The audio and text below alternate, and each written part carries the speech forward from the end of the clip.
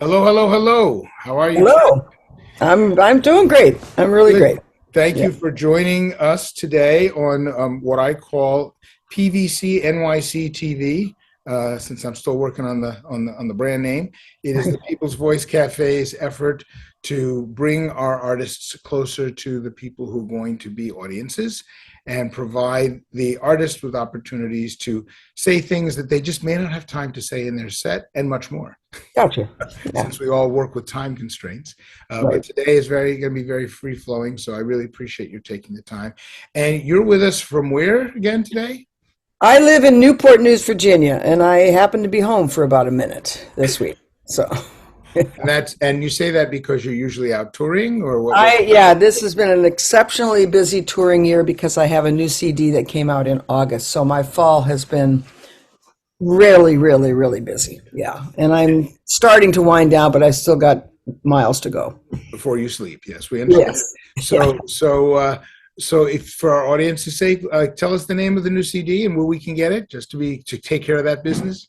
Absolutely. It's called Lavender Moonshine. It's my 18th CD. Wow. And it is available through my website, tretfure.com, TRETFURE.com. It's also available, it's available on Amazon Music. Right. It streams everywhere, but, I try not to encourage people to just stream it because as many people know, artists don't make money from streaming, and if we can't make money from our music, we can't keep making the music.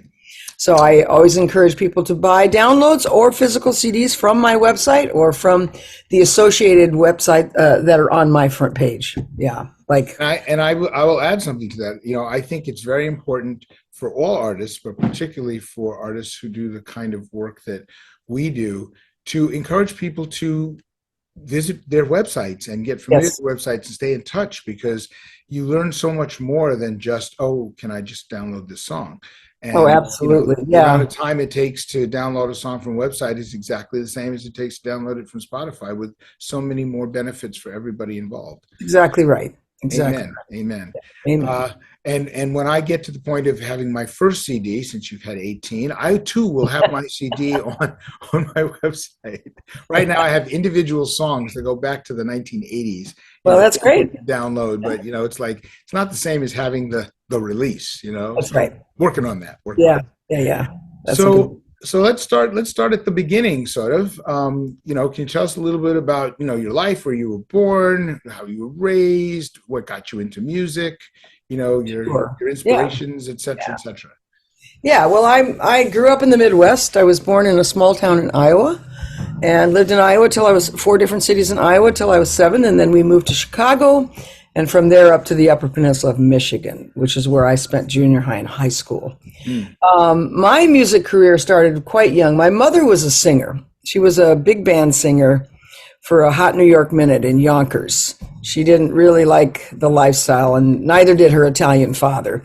But as a result, there was always music in our house. She was always singing. And I started playing piano when I was 5. They had a piano in the house that my brother was taking lessons, but he hated it.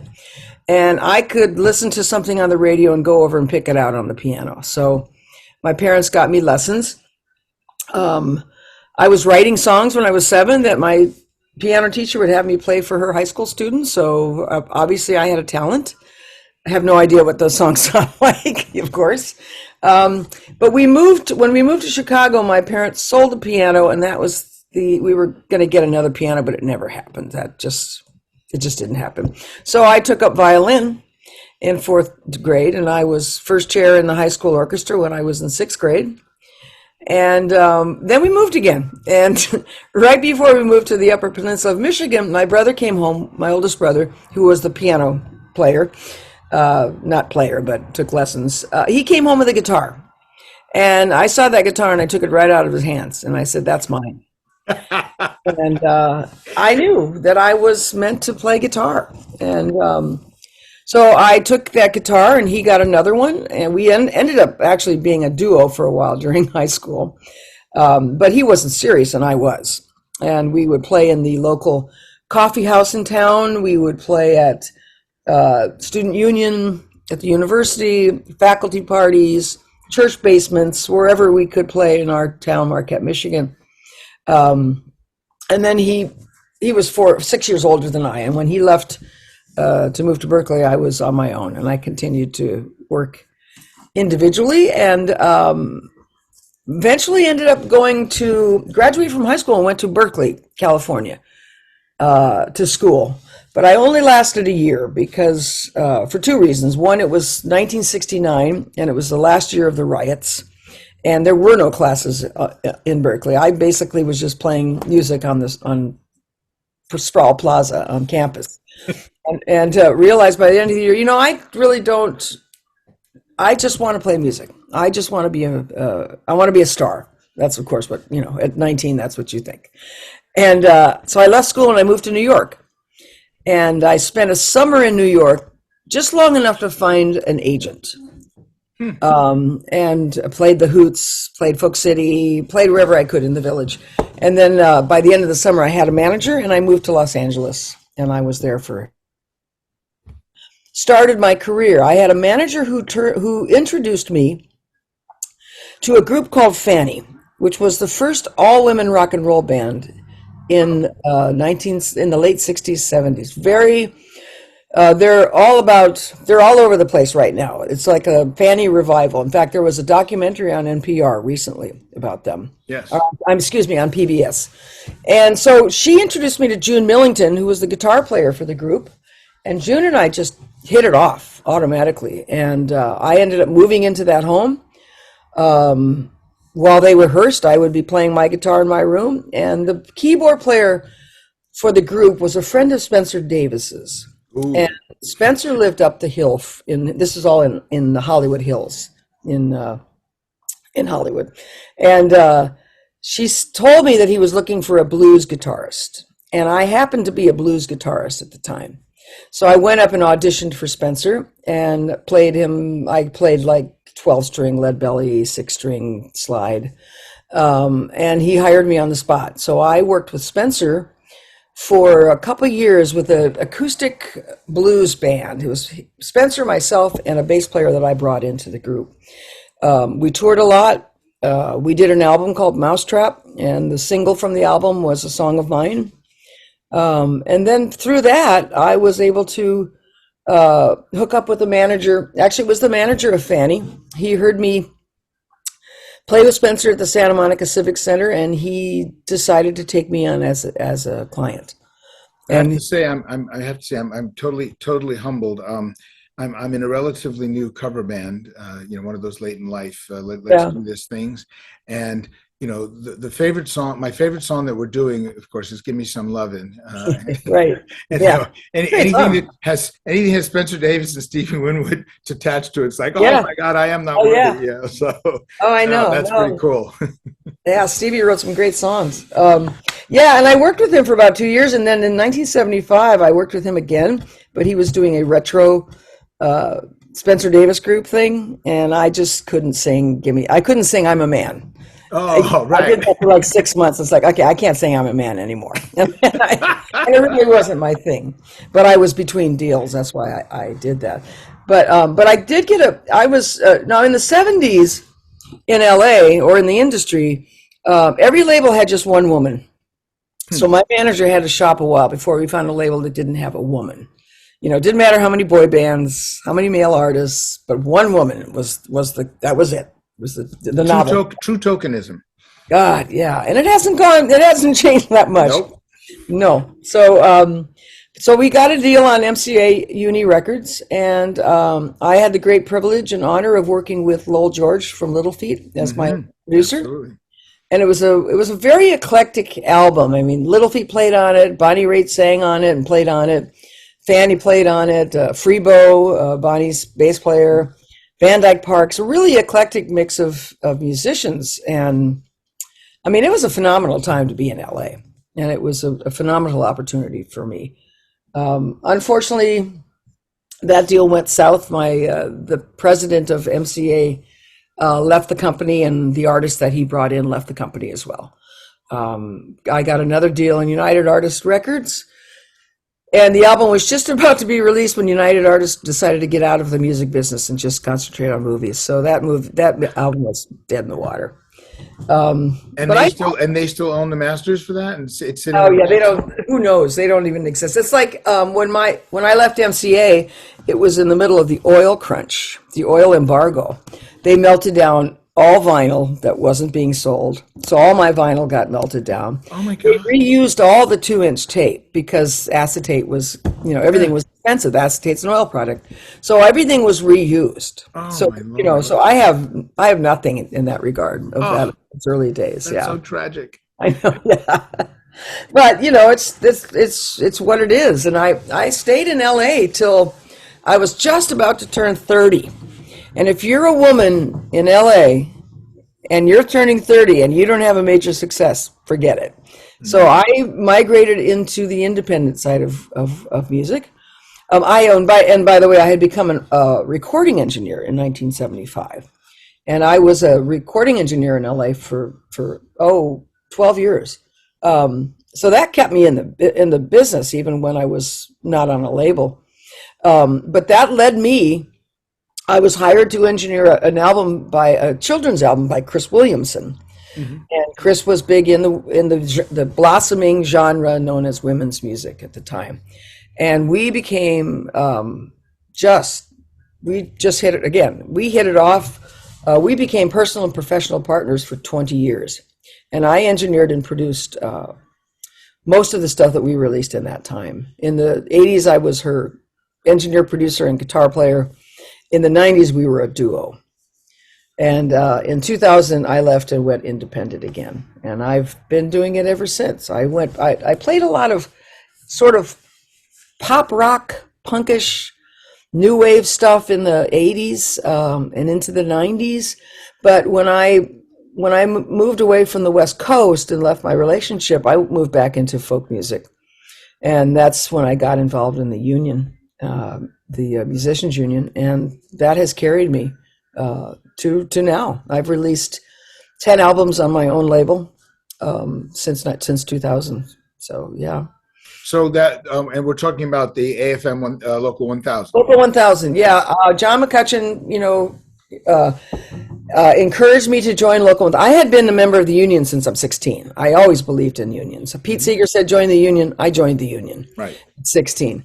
Never did me a lot of good, but I always kept my membership. And then John told me all about Local 1000 and that I could have a pension as a traveling musician. So I joined right away, and he encouraged me to join the board. And I told John, I said, no, I can't. I'm heartbroken. It's always a trap. The board. Well, yeah. Plus, I had just left, my life, and I had lost everything when I left that relationship. I lost my agent, I lost the tour, I lost my record company, everything. So it's like, no, I'm not gonna. This is not a good time. Well, I joined the board, and I was a Midwest rep for 3 years. I was a vice president for 9 years. I was president for 6 years. And now I'm just a president emeritus. Yeah. It's a great title. And a proud member. Always a proud member. I always like that emeritus title. Yeah. It means the real headaches are behind me. Exactly. Wow. What an exciting history. But how did you end up in Newport News? Love. I moved back to the Midwest when I left the West Coast. I had lived on the West Coast for 30 years. Right. And I moved to the Midwest, and I lived there for 11 or 12 years. But the relationship I was in had failed. I had no intention of leaving. I was living in Madison, Wisconsin, which is a great place to be if you're in the Midwest. But I met someone from Newport News when I was on the road. And sure enough, a year and a half later, I was living in Newport News. That's how it goes. Hey. I hear you. I live in Manhattan now. I mean, it's not quite the same distance, but I moved from Brooklyn to Manhattan for love. So, Oh, there you go. we make these sacrifices. That's right. Yeah. Yeah. You got to take a train to get there or whatever. Yeah. Right. Exactly. So all right. So this is like so fascinating. let me ask you this: when you were a duo with your brother Mm-hmm. back in Michigan, were you playing covers or were you playing original stuff too? Oh no! Well, we wrote a couple songs. One of the churches in town burnt down, and we wrote a song called "The Day the Old Church Burned Down." But mostly, we were doing folk stuff. I learned how to play guitar by listening to Judy Collins. Hmm. I learned how to finger pick by picking up the needle, putting it down, figuring it out, putting it down. I learned by ear. That's what Right. we didn't have songbooks back Right. then, and especially where I lived up in the Upper Peninsula of Michigan in God's country. So, and I didn't know a lot of players, so I taught myself. But I focused on Judy Collins, Joan Baez, Bob Dylan, Leonard Cohen, later Joni Mitchell and James Taylor, and so we were doing a lot of like Paxton songs and stuff that Judy Collins was covering, Tom Rush, anything that was out there, Bob Dylan. We would put a set together that, and also like, I think one of our most popular songs was Four Strong Winds.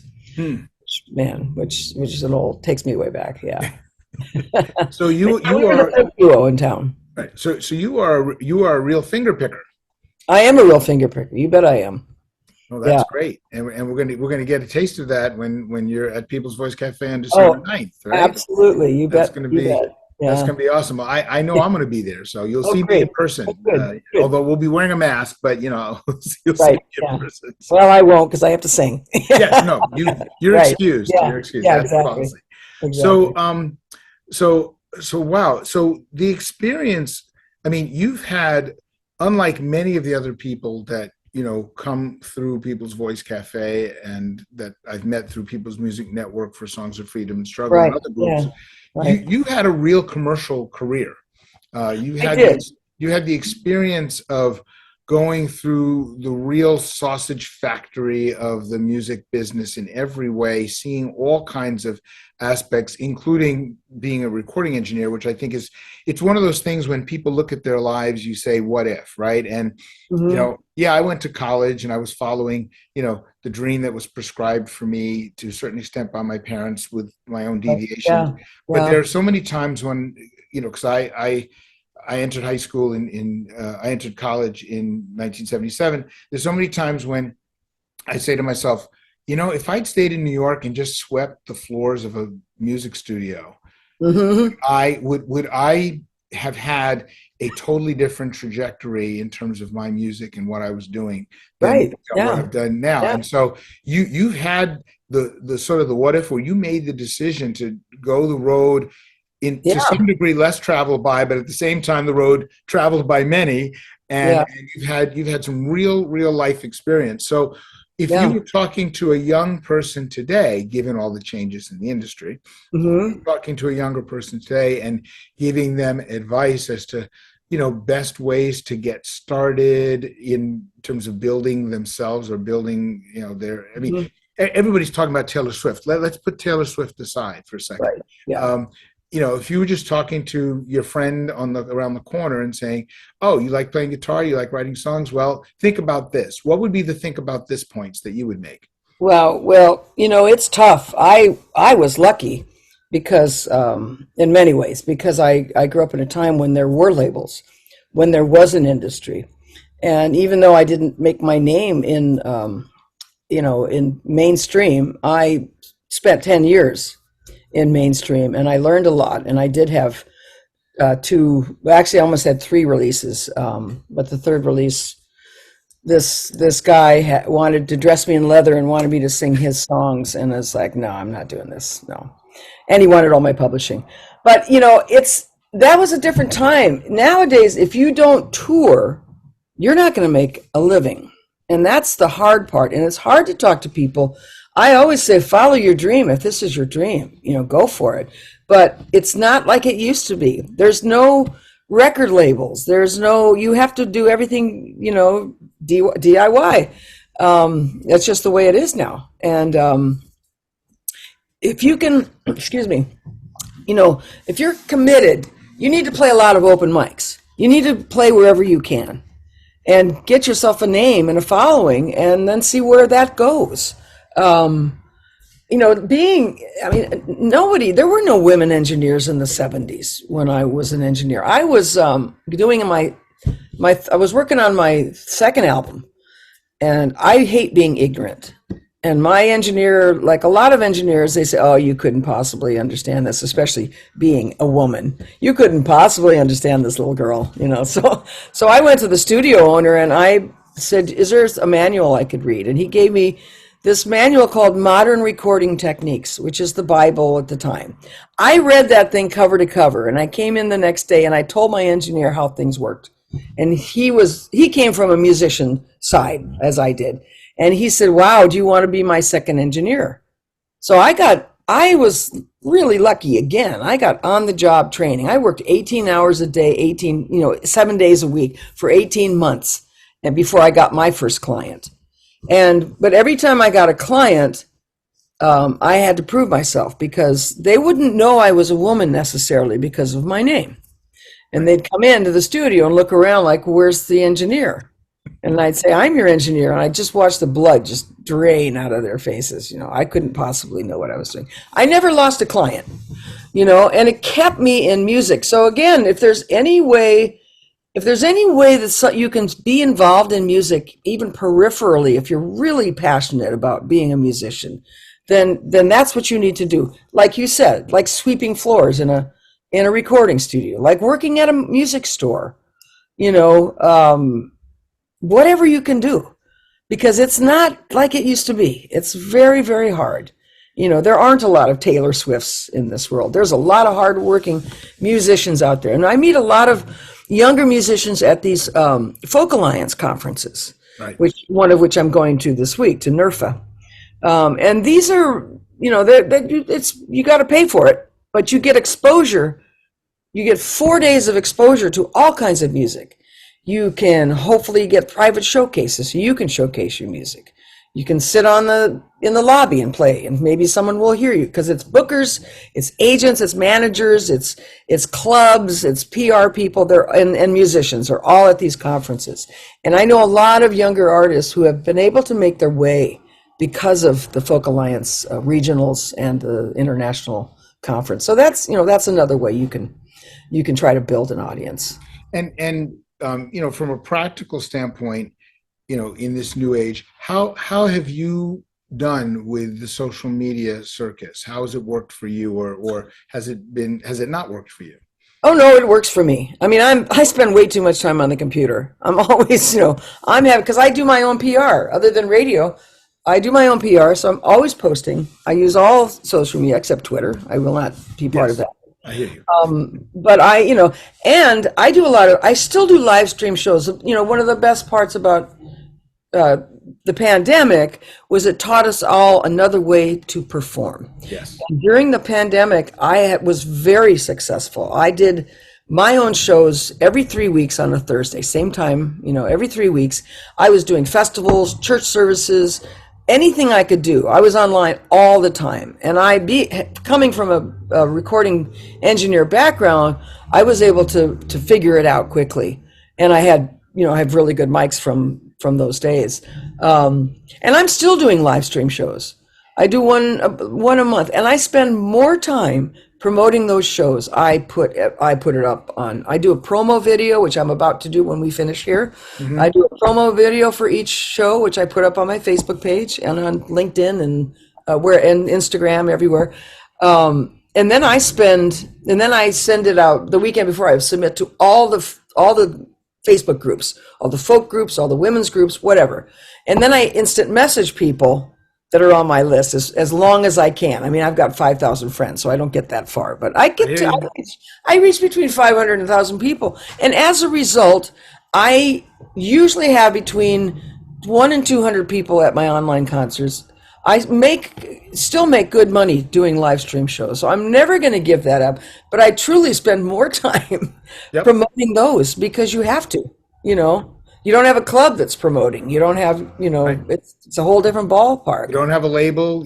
Right. The agencies that do it, you're paying more to them than it's worth.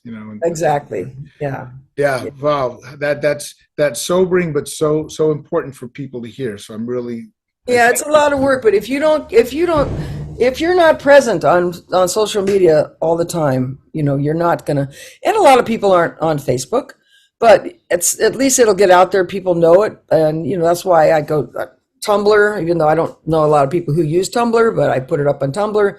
I put all my shows on Instagram. I have my website. I have LinkedIn. I have. Have you done any Twitch concerts? I did one Twitch concert early on. I do all my concerts through YouTube because to me it's the best medium. Right. And it's easy for people to get to. And then I archive them, and people can watch my live stream shows for about a month or so. I always leave 2 or 3 up, right, so that people. But I don't want to leave them all up because then they won't. Right, of course. Yeah. Well, I'll just. Right, I mean, I don't charge, but I recommend people pay. I encourage people to donate, and they do. Yeah. No, that's very never important. a ticketed thing. I don't want to make it a ticketed thing. I want people to have the opportunity to listen. I mean, I have fans all over the world who will never get to see me live. I'm 72. I'm probably not going to be doing a lot of world tours anymore, but I can reach these people on YouTube on my live stream shows, and that means everything to them, and that means everything to me. No, that's absolutely wonderful that you're able and you have committed yourself, because it sounds like it's a habit for you, though, because the person who took that that phonograph needle and went back and back and back and back to learn how to fingerpick Judy Collins is the person who read that recording book from start to finish, is the person who's willing to sit down and get and master social media and make it work. So you have a trait, you have a commitment to this that is wonderful. I'm not saying it's unusual, but I will say that it is wonderful to hear articulated in this way. So let's go back to the substance of your music. If you had, I know that from a genre standpoint, you returned to folk, as you put it, but from the standpoint of the music that you, or the topics or whatever that you love the most, or that you feel move you or move your audiences the most, what sort of things come to mind?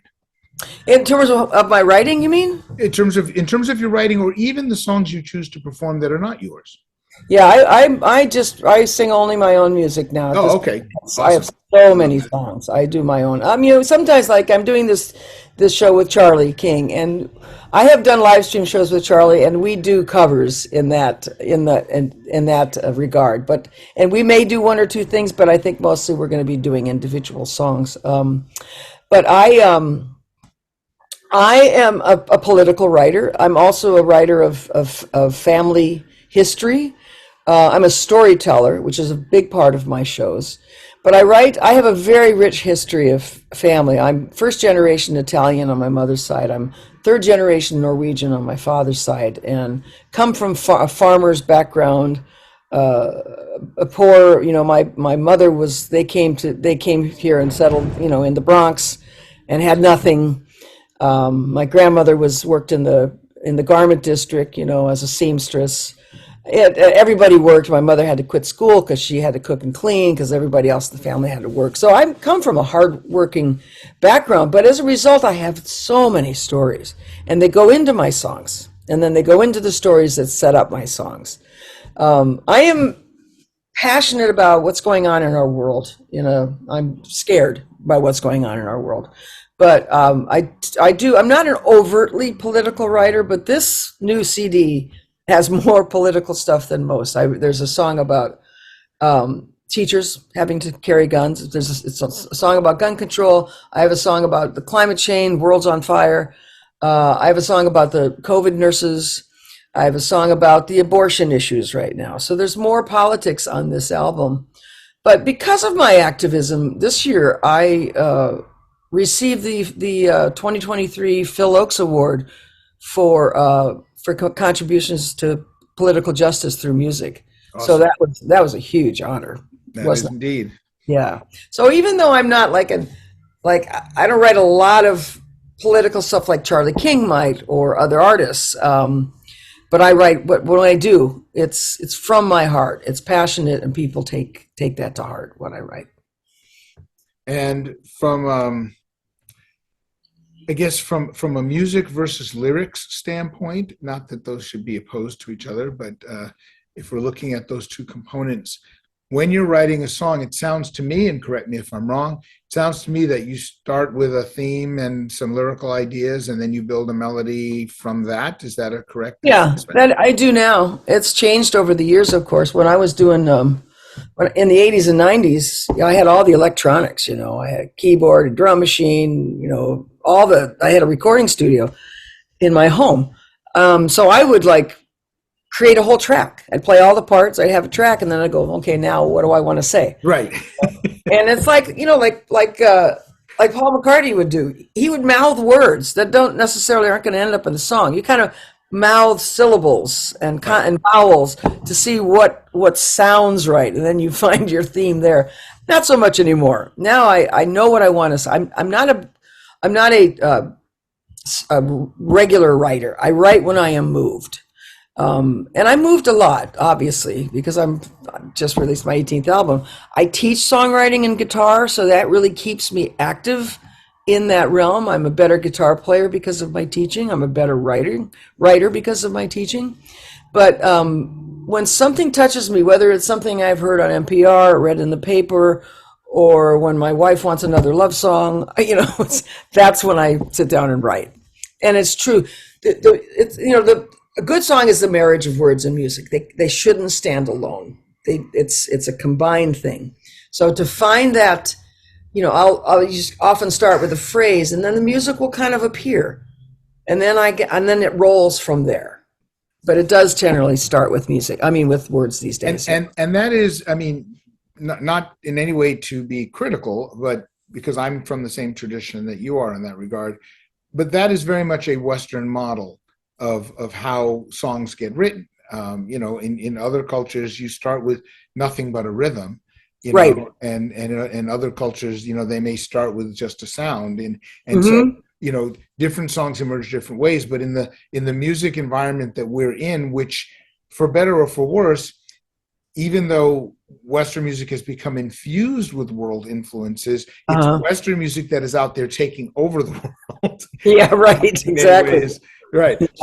So we kind of have to address this issue. And it's one of the issues I talk about with people who want to be songwriters. I do not consider myself in any way, shape, or form a master songwriter. But, there's always a person who asks you, well, how should I approach this? And my position is always, I can only tell you what I do, right?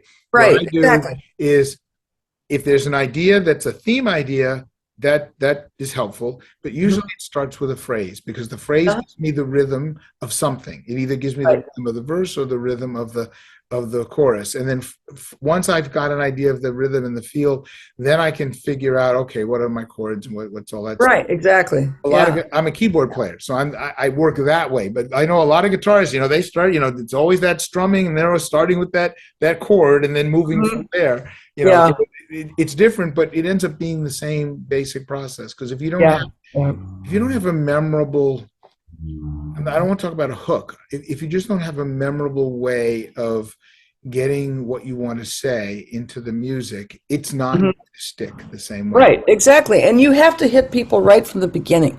You can't, I think it's true, especially in conscious writing. I don't mean that in any judgmental way, but especially in folk music, or that, folk-ish music. Folk music is basically based on words. But if you don't have a strong melody to go with it, it's going to not be heard. And if you don't reach someone in the first verse is the most important part. Or if it's a chorus that starts it, that's the most important part of the song. Mm-hmm. That's what's going to hook people in, and it is a hook. You've got to capture, just like a good book. You're going to pick up a book in a library or a bookstore. You're going to read the first paragraph, and if it doesn't grab you, you're going to put that book back. Yep. And it's the same thing with a song, especially these days where you can't get away from music. Everybody's a songwriter, and everybody's working wherever they can. So that's right. And 100,000 songs a day are being uploaded to Spotify. God, so it's what the hell? Insane. It's insane. Yeah. Wow. So in terms of, you've had so many formative experiences in your life that have shaped you into the person you are, into the songwriter you are, into the activist that you are. When you look ahead for the next 5 to 7, 8 years of what you intend to do, or what you think you want to do as an artist, what are you envisioning? Just to stay on my path. I love touring. I know a lot of people at my age, because I'm 72, a lot of people are starting to wind down. I don't want to wind down. I'm full on. I'd like to maybe work a little bit less, but right now I have a new CD, so I'm working as much as I can. Right. I promised myself after COVID I would pick and choose better, and I do pick and choose better, but I'm still working a lot, and that's what I want to do as long as I can. I want to bring my music to the world because I move people. It's a mystery to me, and it's a gift to me. People are very moved by the songs I write and tell me so. And they use my music when they're in surgery. They use my music when they get married, when there's a funeral. My music gets used in a lot of very fundamentally emotional ways. So I want to keep writing. I'm amazed I had this album. I just released one 2 years ago. I want to keep writing. I want to keep touring. I want to keep teaching because I'm a good teacher, and I have a lot of gifts that I can share. And I teach workshops, and I teach on Zoom. So that's really, for me, it's just staying creative. I also do pet portraits and on commission. And in fact, I have 4 I have to get done by Christmas, and I'm way behind. But to me, that's just another way of being creative. So those are, I just want to stay creative, and when I'm home, I'm a gardener, I just, I don't have any dreams of some late blooming success. I feel very successful. I've been successful all my life. People say, well, why don't I know your name? It's Big Fish, Small Pond. That's basically it, Right. and that's fine. Right. That's fine. I'm doing what I love. One question, well, one thought and one question. Obviously, being in the internet age, one of the things that we can do is we can keep the archive of our material accessible to the world for as long as the internet is around, which you couldn't really do before because you were reliant on the record companies and all the other folks to keep those masters and those things. Right. And once they got destroyed, they were gone forever. Now we make our own music. We we can store our own music, and we can make it accessible. So that's a great thing. Do you have a lot of songs in the vault that have not been developed yet, or that you've developed but haven't released yet? I have songs for sure. I've probably released about over 200 songs. But to me, I don't have stuff stored up. I've got notebooks of lyrics. Right. I've got voice memos of melody clips. Right. Some of them just stay there forever and never get looked at. Every once in a while, I'll go back through my voice memos and go, "Oh, that was interesting," Exactly. But to me, I'm always writing something. I'm always looking for the next thing, something new. That's kind of how I look at it. But I definitely have. I have a lot of songs out there that. And let me ask you one other business-related question. What has your relationship been like with college radio? I used to get a lot of college radio play. I don't get that much now. Most of the play I get is through the folk DJ list, and also NACC. But I actually don't know how much college play I get these days. I used to be with a company called Music Reports, and I think they would report. I remember that. Yeah, but I don't know that it did me that much good in my world. Right, and you don't. So basically, you don't do a lot of gigs at colleges now when you're touring? No, I don't. That's interesting. I mostly do clubs and house concerts and an occasional big venue and festivals. Yeah. But mostly these days it's clubs, small clubs and house concerts, what I do. Yeah, that's really become a big thing, house concerts. Oh, yeah. Which is great. Yeah, it works out well for me. Yeah. Cool. Well, listen, is there anything we have not touched on that you would like to share with our audience? We covered a lot. Yeah. I'm happy to be coming back to People's Voice Cafe, and love working with Charlie. This will be our first time working in person together, so that's exciting. Wow, what an honor. We've only done live stream stuff, so this is going to be great. We have to get together and figure out what we're doing. But, and I love coming up the city. I wish I could stay longer, but it's a holiday time. And I don't usually even work in December. So I'm taking the train up and then coming right back. But I don't, it's worth it to play with Charlie. It's a one-off. at the end of the year. But to work with Charlie is a dream. He's such a great guy. I just adore him. And I met him through the union. He was one of the founders. Right. And I met him through People's Music Network back in 1984. And Right. as I've drifted in and out of music, we've stayed in touch. I haven't had as much contact with him as I would have liked, but he was certainly one of the people. I mean, Pete was my inspiration, but after Pete, Charlie was one of those people who I met right at the beginning. I was like, okay, I want to be like him. I don't consider myself a storyteller as much as he is and as you are, but that's a model I can live with, that kind of music. Absolutely. Yeah. Sure. Well, Tret, thank you so much. This is God, you're so pleasure. welcome. It's been wonderful. I think our audiences, and I know I have learned a lot, and certainly celebrate all of your successes and all of the work that you do and all of the work you're going to be doing. Right. And I'm totally thrilled at the fact that I'm going to have the opportunity to see you and Charlie King together in person at People's Voice Cafe on Saturday, December 9th at 8:00 p.m. If it's Saturday night, it must be the People's Voice Cafe. That's it.